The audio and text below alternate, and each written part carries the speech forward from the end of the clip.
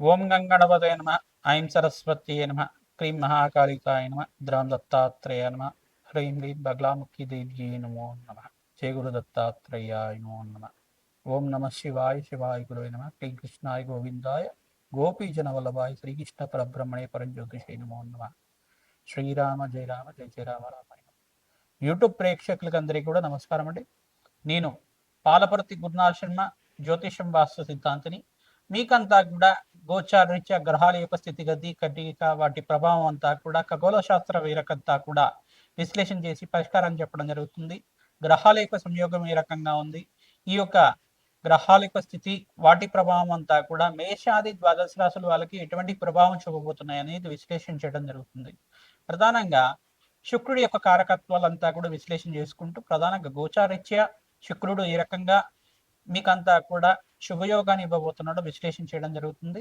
ప్రధానంగా శుక్రుడు శని యొక్క ప్రభావం అంతా కూడా ఈ యొక్క గోచారిత్య ఫలితాలంతా కూడా సంపూర్ణంగా విశ్లేషణ చేయడం జరుగుతుంది.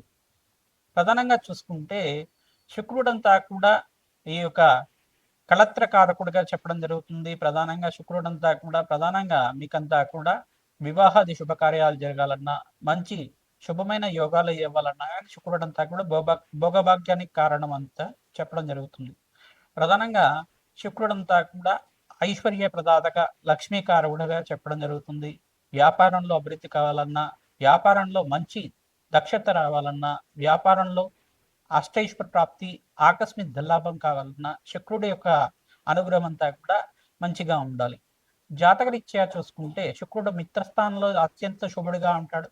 లగ్న చక్ర వేషాత్తు మీకు అంతా కూడా లగ్నం తెలిసి ఉంటే కనుక లగ్నాన్ని చూసుకోండి, లేదు రాశి తెలిసి ఉంటే కనుక రాశిని చూసుకోండి. మీకంతా కూడా శుక్రుడు అంతా కూడా ప్రధానంగా మీకు ఆకస్మిక ధనయోగాన్ని ఇచ్చే విధంగా, లగ్జరీ లైఫ్ రిచ్ లైఫ్ అనేది ఇచ్చే విధంగా శుక్రుడు అంతా కూడా కారకుడు అంటాడు. పాండిత్యానికి, వేద పట్టణానికి, ప్రధానంగా మంత్రశాస్త్రానికి అంతా కూడా అష్టైశ్వర్య యోగం ఇచ్చే విధంగా ఉంటారు. ప్రధానంగా ఎవరైతే కనుక వస్త్ర వ్యాపారాలు చేస్తూ ఉంటారో వాళ్ళకంతా కూడా శుక్రుడు అంతా కూడా అష్టైశ్వర్య యోగం ఇచ్చే విధంగా ఉంటారు. ప్రధానంగా రత్నాల వ్యాపారాలు కానీ, జ్యువెలరీ బిజినెస్ కానీ, ప్రధానంగా ఇటువంటి కారకత్వాలంతా కూడా శుక్రుడికి అంతా కూడా చెప్పడం జరుగుతుంది. పాండిత్యము, వేద పఠనం కానీ, ప్రధానంగా మంచి ఎడ్యుకేషన్ అనేది ఉండడం కానీ, మంచి స్కాలర్గా ఉండడం, పిహెచ్డి చేయడం కానీ, ఇట్లాంటి అఖండమైన జ్ఞానాన్ని అంతా కూడా పొందడం అనేది సకల శాస్త్ర ప్రామాణ్యుడిగా చెప్పడం జరుగుతుంది. శుక్రుడు అంతా కూడా భోగభాగ్యాలకు అధిపతిగా చెప్పడం జరుగుతుంది.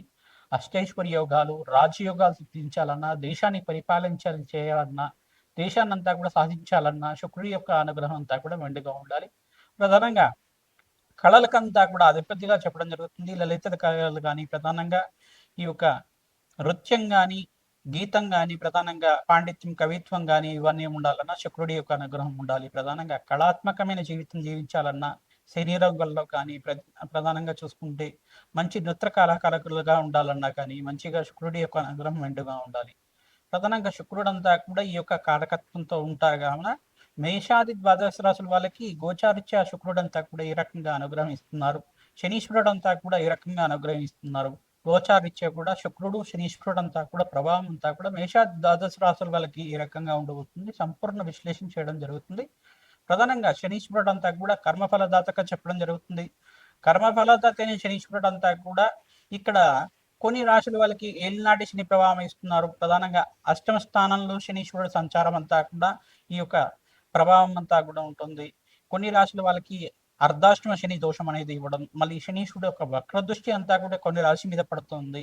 ఈ యొక్క కళత్రకారకుడైన ఈ యొక్క శుక్రుడు మరి ఈ యొక్క కర్మఫలదాత శనీశ్వరుడు అనుగ్రహం వల్ల ఈ యొక్క మేషాది ద్వాదశ రాశి వాళ్ళకి ఎటువంటి ప్రభావం చూపిస్తుంది, ఆర్థికంగా వాళ్ళకి ఎటువంటి లాభాలు గణించడానికి ఎటువంటి పరిష్కారం ఆచరించాలి, ప్రధానంగా నవగ్రహాల యొక్క స్థితిగతి సంయోగం వల్లనే అంతా కూడా ఈ యొక్క చతుర్గ్రహ కూటమి, పంచగ్రహ కూటమి, షష్టగ్రహ కూటమి అంతా కూడా గోచారిత్య సమూహం జరుగుతుంది. ప్రధానంగా ఈ యొక్క సంయోగం వల్ల ప్రధానంగా మేషాది ద్వాదశ రాశుల మీద ఎటువంటి ప్రభావం చూపిస్తున్నాయనేది సంపూర్ణంగా విశ్లేషణ చేయడం జరుగుతుంది.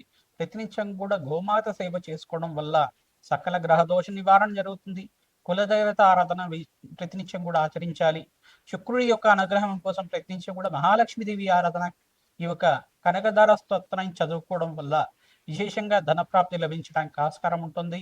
బెల్లం పరమాన్నాన్ని మహాలక్ష్మీదేవికి ప్రతినిత్యం కూడా ఈ యొక్క ప్రదోష కాలంలో 6:30 నుంచి 7:30 మధ్యలో అంతా కూడా మహాలక్ష్మీదేవి అష్టకాన్ని చదువుకుంటూ, మహాలక్ష్మీదేవి అష్టోత్తరనామాలు చదువుకుంటూ కానీ, సహస్రనామాన్ని చదువుకుంటూ కానీ ఈ యొక్క బెల్లం పరమాన్నాన్ని అంతా కూడా నివేదన చేయడం వల్ల మహాలక్ష్మి స్థిరనివాసం లభించడానికి ఆస్కారం ఉంటుంది. కలత్రకారకుడైన ఈ యొక్క శుక్రుడంతా కూడా వివాహాది శుభకార్యాలు జరగాలన్నా, వంశాభివృద్ధి కలగాలన్నా, మీకు అన్యునమైన దాంపత్యం కలగాలన్నా, అఖండమైన సుఖ జీవితం లభించాలన్నా, భోగభాగ్యమైన రాజయోగాలు సిద్ధించాలన్నా శుక్రుడు అనుగ్రహం కావాలి. ఇక్కడ కర్మఫలాలకి శనీశ్వర అనుగ్రహం కూడా మంచిగా ఉండాలి. తద్వారా ఈ యొక్క మేషాది ద్వాదశ రాశి వాళ్ళకి గోచారీత్యా శుక్రుడు శనీశ్వరుడు ఇచ్చే ఫలితాలంతా కూడా సంపూర్ణంగా విశ్లేషణ చేయడం జరుగుతుంది. వీడియో అంతా కూడా చూడండి, మీరు లైక్ చేయండి, సబ్స్క్రైబ్ చేయండి. తద్వారా మీకు అంతా కూడా ఈ యొక్క ఫలితాలు పరిష్కారం అంతా కూడా మీరు మంచిగా ఆచరించడం వల్ల మీకంతా కూడా మంచి ఫలితాలు రావడానికి ఆస్కారం ఉంటుంది. జగన్మాత అనుగ్రహం వల్ల మీకంతా కూడా అష్టైశ్వర్య ప్రాప్తి కలగాలని చెప్పి ఆశీర్వాదం చేస్తున్నాం. ప్రతినిత్యం కూడా మీకు చెప్పే ఈ యొక్క పరిష్కారం అంతా కూడా ఆచరించండి. మీ జాతకం ఇచ్చే ఎటువంటి సందేహాలు ఉన్నా కానీ మా యొక్క ఫోన్ నెంబర్కి అంతా కూడా అపాయింట్మెంట్ తీసుకొని మీరంతా కూడా జాతకాన్ని, జన్మజాతకాన్ని అంతా కూడా పరిష్కారం ఆచరించడం వల్ల విశేషమైన పుణ్య ఫలితాలు పొందుతారు. తులారాశి జాతకులకి గోచారీత్యా గ్రహాల యొక్క సంయోగం వల్ల ఎటువంటి ప్రభావం పొందుతారో విశ్లేషణ చేయడం జరుగుతుంది. ప్రధానంగా శుక్రుడు శనీశ్వరుడు సంయోగం అంతా కూడా ఏప్రిల్లో సంభవం జరుగుతుంది. మీనరాశిలో అంతా కూడా సంభవం జరిగిన తర్వాత వీళ్ళకి ప్రధానంగా తులారాశి జాతకులకి అఖండ శుభయోగాలంతా కూడా చూడడానికి ఆస్కారం ఉంటుంది.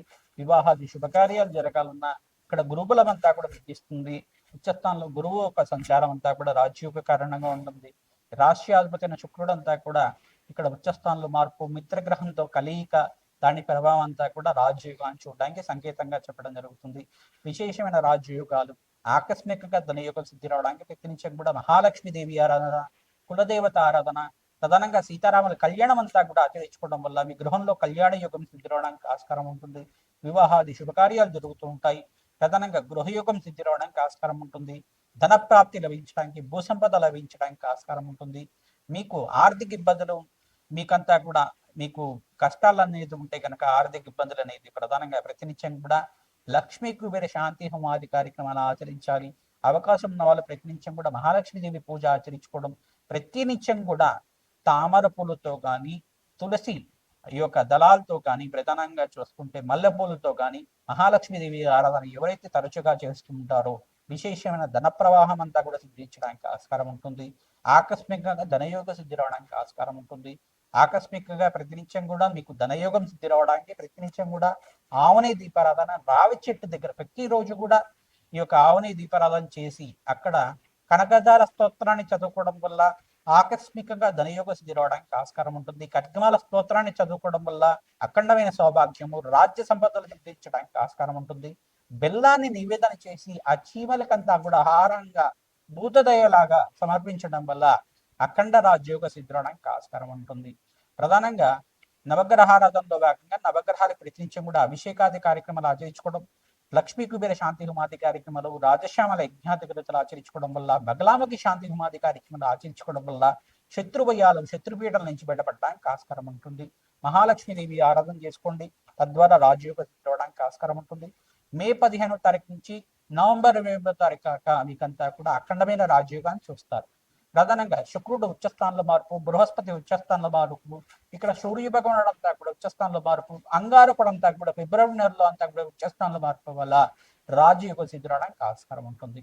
మీకంతా కూడా మంచి ఫలితాలు పొందడానికి ఆస్కారం ఉంటుంది. మేషాది ద్వాదశ రాశుల వాళ్ళకి సంక్రాంతి శుభాకాంక్షలు అందరూ కూడా విశ్లేషణ చేయడం జరుగుతుంది. ప్రధానంగా సంక్రాంతి వేళల్లో అంతా కూడా ప్రధానంగా 14, 15, 16 తారీఖులో అంతా కూడా సంక్రాంతి అంతా కూడా జరుపుకోవడం జరుగుతుంది. 14వ తారీఖు రోజున ప్రధానంగా భోగి, 15వ తారీఖు రోజున సంక్రాంతి, మకర సంక్రాంతి అంతా కూడా సూర్య భగవానుడు అంతా కూడా చూసుకుంటే మకర రాశిలో ప్రవేశం చేయడం అనేది విశ్లేషణ చేయడం జరుగుతుంది. ప్రధానంగా ఈ యొక్క ఉత్తరాయణ పుణ్యకాలంలో అంతా కూడా శ్రేష్టమైన ఫలితాలు పొందడానికి ఆస్కారం ఉంటుంది. అఖండమైన శుభయోగానంతా కూడా మేషాది ద్వాదశ రాశుల వాళ్ళు ఈ సంక్రాంతి తర్వాత నుంచి అఖండమైన శుభయోగాలు సిద్ధించడానికి ఆస్కారం ఉంటుంది. ప్రధానంగా ఈ యొక్క సంక్రాంతి రోజున మీరంతా కూడా విశేషమైన కులదేవత ఆరాధన చేసుకోవాలి. విశేషంగా కులదేవత ఆరాధన చేసుకోవడం వల్ల రాజయోగాన్ని చూస్తారు. మహాలక్ష్మీదేవి ఆరాధన చేసుకోవడం వల్ల భోగభాగ్యాలు, రాజయోగం సిద్ధి రావడానికి, అఖండమైన ఐశ్వర్య ప్రాప్తి కలగడానికి ఆస్కారం ఉంటుంది. ధనయోగం సిద్ధి రావడానికి ఆస్కారం ఉంటుంది. గోమాత సేవను ఆచరించడం, విశేషంగా సంక్రాంతి రోజున గోమాతనంతా కూడా పూజ చేసుకోవడం వల్ల పాడి పంట అంతా కూడా ఐశ్వర్య ప్రాప్తి కలగడానికి ఆస్కారం ఉంటుంది. ధనలక్ష్మి ఆరాధన చేసుకోవడం వల్ల అఖండమైన పుణ్యప్రాప్తి కలుగుతుంది. ధాన్యలక్ష్మి ఆరాధన చేసుకోవడం వల్ల ధాన్యానికి లోటు లేకుండా అఖండమైన శుభ ఫలితాలు పొందడానికి ఆస్కారం ఉంటుంది.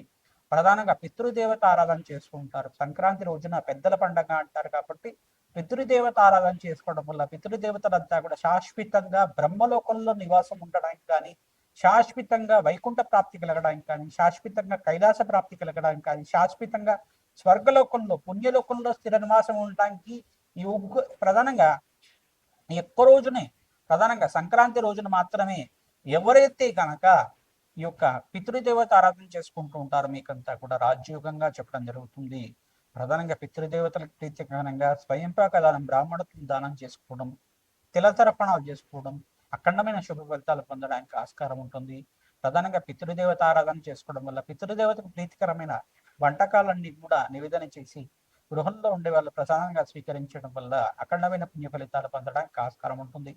ప్రధానంగా వీరంతా కూడా పితృదేవత ఆరాధన చేసుకోవడం వల్ల బ్రాహ్మణత్వంకంతా కూడా మహావిష్ణు స్వరూపంగా భావించి ధాన్యము, ఈ యొక్క స్వయంపాకము, వస్త్రదానం చేయడం వల్ల అఖండమైన పుణ్య ఫలితాలు పొందడానికి ఆస్కారం ఉంటుంది. సంఘంలో గౌరవం పెరుగుతుంది, ప్రేమ ప్రఖ్యాత లభించడానికి ఆస్కారం ఉంటుంది, రాజ్యోగ స్థితి రావడానికి ఆస్కారం ఉంటుంది, మహాలక్ష్మీదేవి అనుగ్రహం లభిస్తుంది.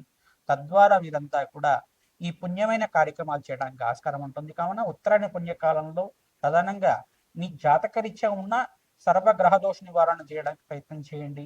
ఈ యొక్క రాజశ్యామల యజ్ఞాధికతలు కానీ, బగలాముఖి శాంతి హోమాది కార్యక్రమాలు కానీ, ప్రధానంగా ఈ యొక్క కమలాత్మక దేవి హోమాది కార్యక్రమాలు కానీ, ఈ యొక్క లక్ష్మీ కుబేర శాంతి హోమాది కార్యక్రమాలు కానీ ఉత్తరాయణ పుణ్యకాలంలో ఆచరించుకోవడం వల్ల అఖండమైన పుణ్య ఫలితాలు పొందడానికి ఆస్కారం ఉంటుంది. ఉత్తరాయణ పుణ్య కార్యక్రమంలో ప్రధానంగా విశేషంగా స్నానానికి విశేషమైన ఫలితాలు చెప్తారు, జపానికి విశేషమైన ఫలితాలు చెప్తారు, నామస్మరణ చేసుకుంటూ ఉండాలి. ప్రధానంగా ఉత్తరాయణ పుణ్య కాలంలో అంతా కూడా భగవత్ ఆరాధన చేసుకోవడం శ్రేష్టమైన ఫలితాలు, మోక్ష జ్ఞానాన్ని ఇచ్చే విధంగా ఉంటాయి. శ్రీమాత్రే నమః.